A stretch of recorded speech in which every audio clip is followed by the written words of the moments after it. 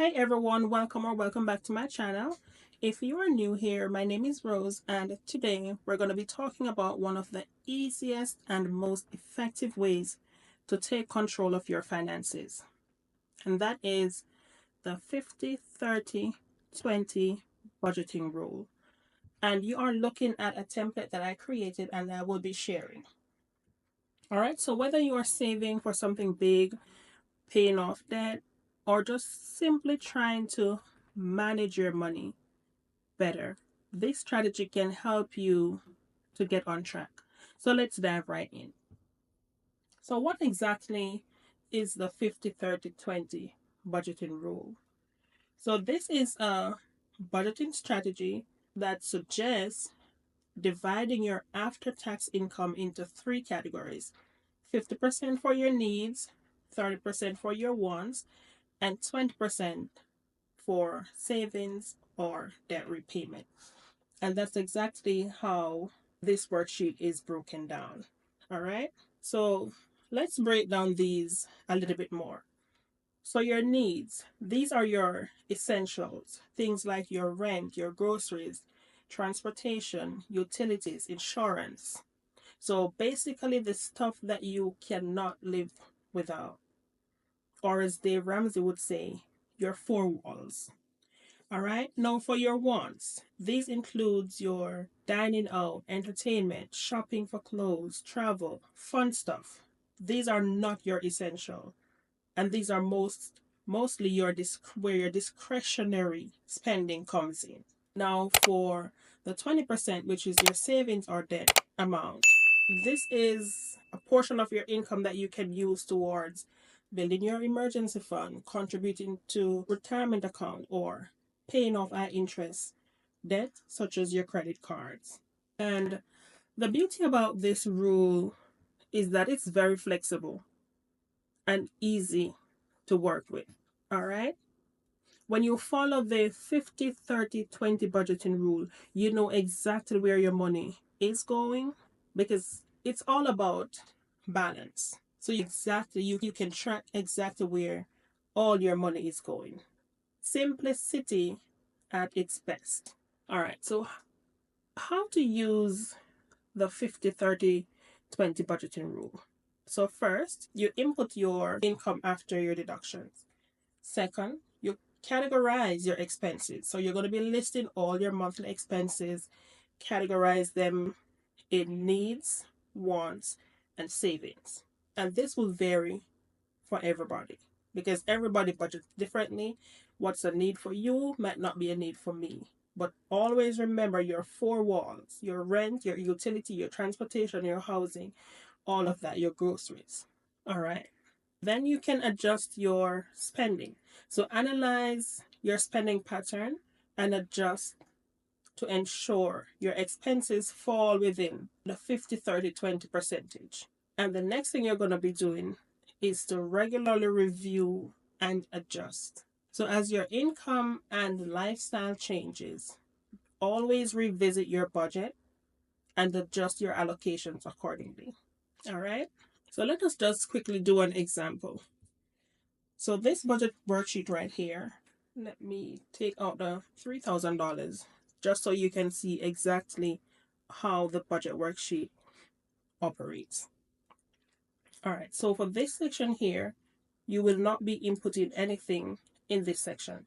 If you try to input anything, it's going to bounce you out because I locked the formulas here so that if you are not really familiar with Excel, you won't break the formula. All right, so this blue area here, you cannot input anything. Input your income here. So let's say your income is $3,000. That's the amount you're going to be budgeting. All right. So once you input your income, you see that it calculates your total income here, 50% of your total income, 30% of the total income, which goes to the wants, and 20% which goes to savings. All right. And it also populates in the cash flow summary section of the budget worksheet as well. So let's say for your needs, you're only going to be paying your rent. So you can go ahead and rename the categories because these are not locked. So rename the categories to suit your specific situation. So let's say you're paying rent for $1,000. So once you input your rent amount here, it populates over here in the budgeted expense section. Now, the allowed amount that you have to spend in your needs section is $1,500, and it's automatically calculated here as well. So now if you go down to the bottom of your needs section, you will see total needs budgeted is 1,000 and you have $500 remaining. All right, let's leave that $500 right there and go over to the want section. For the wants, we are going to be doing, let's say, clothing. And we are budgeting, let's say, $500 for clothing. Now you have the allowed amount for wants is $900. You're budgeting $500 for clothing, and it populates here, and you have a remaining balance of $400. And it also populates in the budgeted expense, because here is the summary. So it calculates the $1,000 here and the $500 here. All right, let's go over to savings and debt. So we're going to be doing emergency fund, and we're going to be doing a personal loan. So let's say we are planning to put $500 in our personal loan, in our emergency fund, and we have a personal loan where we pay $100. All right, so now you can see for your debt section, you have exhausted all your $600, which is the allowed amount. 600 in the total debt and savings. Remaining is 0. So pay attention to your remaining for each category. All right, so let's go over to the cash flow, the summary section. Total income $3,000, budgeted expense $2,100, and you still have $900 unspent, and that's coming from the $500 here and the $400 here. All right, let's say we're going to be doing groceries, and we're going to be doing $500 for groceries, and giveaway is $200 for giveaways. Let's put utility here. Utility is $250. So see, I put utility here, and it shows that we are now over our budget by $250. So what you can do now is to cut your grocery budget in half to accommodate your utility. So that's adjusting. All right, moving over to wants. Let's do another $200 in wants. What can we use here? All right, so we still have $200 here to budget, and we are trying to do a zero-based budgeting. So we need to assign this $200 somewhere. So we are going to put it in, let's say, sinking funds, and we put that $200 in sinking funds. So even though the allowed amount for savings and debt was $600, if you have nothing else to budget, if you have covered all your needs and your wants for the period, I would say put the extra money in savings. All right, so we have the sinking funds and we put it there. Let's now input the actual, because we have budgeted. Payday is 2 days away, and we budgeted our income that we normally get. So let's now put in the actual. So actual, we're going to keep it at $3,000 for simplicity. Rent, we paid our rent for $1,000, and groceries, we spent $200 for groceries, and utility was $250. All right, we budgeted for clothing for $500, and we budgeted giveaways for $200. We end up spending $400 for clothing and $150 for giveaways. The amount that we set aside for emergency fund, we did that. And for personal loan, we paid our personal loan and the sinking funds amount. So this $200 that we set aside for sinking funds. Now we still have $200 left that we can roll over to the next budgeting period. But where exactly is this $200 coming from? It's coming from our needs section, where we underspent in our grocery category by $50, and our want section, because we underspent for both that we budgeted for. So it's up to you if you want to roll this over into your next budgeting period, or if you want to put it into savings. So let's say you want to put it into savings. So instead of putting $500 towards your emergency fund, you put $700.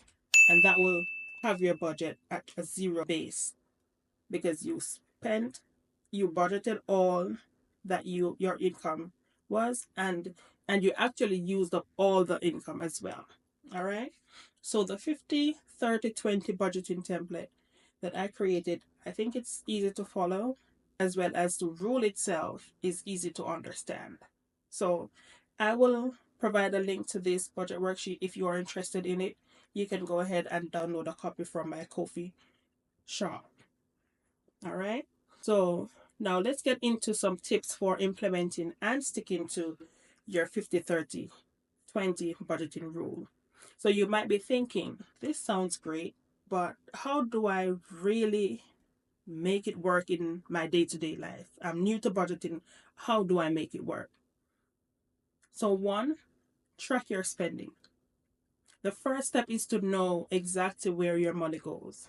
So you need a budget tracker. All right. And I will create a budget tracker as well and put it in the coffee shop.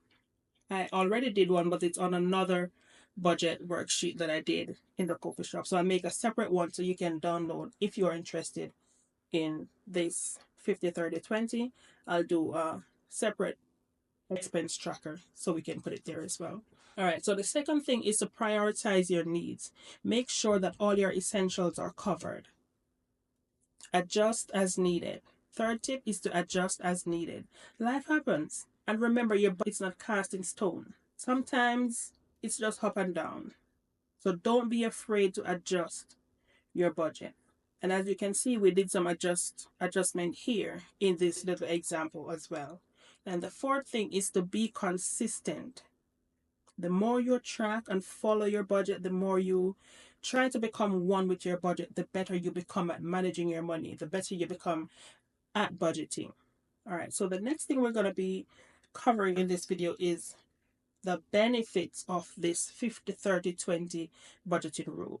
So there are some great benefits for this budgeting rule. One, it gives you peace of mind. By sticking to the budget, you ensure that your essentials are covered and you are saving and you are paying off your debt. It's easier to follow. But sometimes our individual situation does not fit into a 50/30/20 budgeting rule. There are other options. Don't try to force yourself into it if it's not for you. Two is that you have better control and awareness of your spending. It helps you to it prevents overspending, especially on non-essentials, especially if you are battling a spending problem. Allocate your money, make sure that you are using a zero-based budgeting method to allocate all your money. All right? It's a balanced approach to finances because it allows you to save, it allows you to take care of your daily expenses, and it allows you to pay off your debt. And last but not least, it is simple, like I said before, and very easy to implement and follow. But there are some common mistakes with the that can occur when we're using the 50/30/20 budgeting rule. We can easily overspend on our wants because remember, it's a mindset thing. So even though you allocate your money, you can easily overspend if you are not mindful, if you're not tracking your spending. You can easily overspend on your wants. Or you can, once you overspend on your wants, something is going to be affected. Is it going to be your needs? Is it going to be your debt? Or is it going to be your savings? So be mindful and just pay attention to what you're spending. And it all comes down to tracking, monitoring monitor your cash envelopes. If you're doing virtual, I like to do virtual. Monitor your bank account, check your bank account every morning because what you're checking for is to see and to ensure that what you've paid was actually deducted and that your balance is accurate before you go spending for the next day. All right. Another mistake is not adjusting your budget when your income changes. So if your income drops, let's say you had two jobs and you no longer have two jobs. If you're not accounting or adjusting for that loss in income, that can create some problems for you budgeting. And it all comes back again to making changes and monitoring your finances. All right. Like I said before, it's important to remember that your budget, it's a guideline. It's just a guideline. It's not a rigid rule. It's not cast in stone. So be flexible. Work with what you have. Depending on your circumstances, you may need to adjust, and that's okay.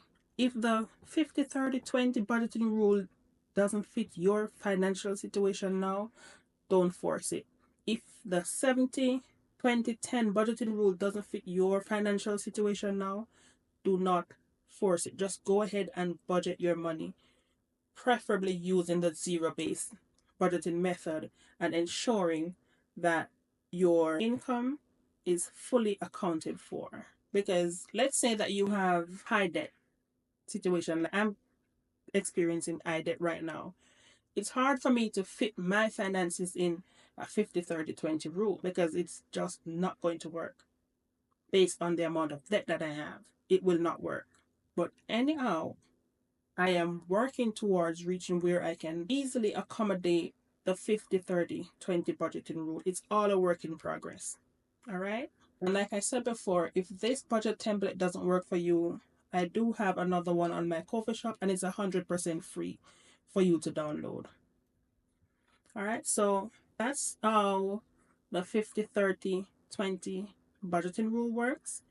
It's a simple way to take control of your money and to work towards your financial goals. So, if your financial situation allows, start using this strategy today and see how easy it is for you to manage your finances, for you to get in one accord with your finances, for you to start a budgeting journey if you haven't been doing so. A lot of times I read where people are saying, I want to start budgeting, but it's so frustrating. If this method makes it easier for you, if it's simpler for you to follow, then go ahead and do it. Because I want to see you budget. I want to see you become better at managing your money. All right? So if you found this video helpful, please give it a thumbs up and leave a comment below if you have any questions. I would definitely love to hear from you. If you haven't used the 50-30-20 budgeting method before, let me know what your experience was with it. And remember, guys, if something's not working, tweak it because the rule is flexible. Make it work for you and your financial situation. It's all about you. All right? And don't forget to hit that subscribe button for me. Please help me to push this video out. Help the algorithm to give me some love because it hasn't been showing me any love really. All right? So thank you all for watching and I'll see you in the next video. Bye.